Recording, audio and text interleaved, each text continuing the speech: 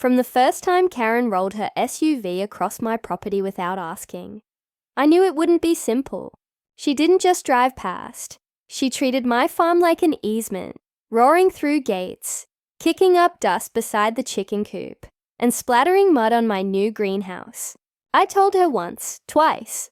She smiled like it was a joke and waved her HOA badge as if that gave her jurisdiction. So I began collecting evidence.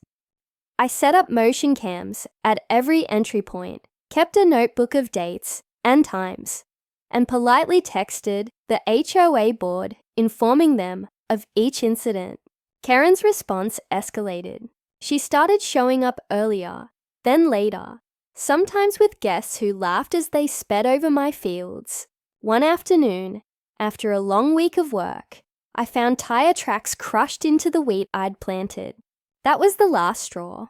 But instead of staging payback, I used the law. I installed a sturdy lockable farm gate and posted clear, private property, no trespassing signs. Then notified the sheriff's department and sent a certified letter to the HOA demanding they stop their president's misconduct. I knew I needed more than words, so I moved my motion cams to capture license plates and compiled photographs of damaged crops, time-stamped video of Karen driving through, and copies of every message she'd sent. Within a week, the sheriff responded to a complaint. When Karen tried to force her way through the closed gate, deputies were waiting. She fumed, sputtering about enforcing community standards. But the footage spoke for itself. She'd been warned and she kept trespassing. The deputies issued a trespass warning and cited her for property damage. The HOA board, embarrassed by their leader's behavior, opened an internal inquiry.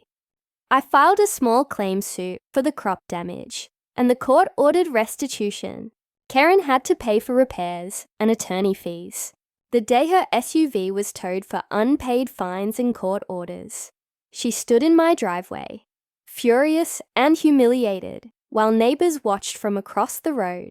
It wasn't vengeance carved from malice, but consequence carved from responsibility.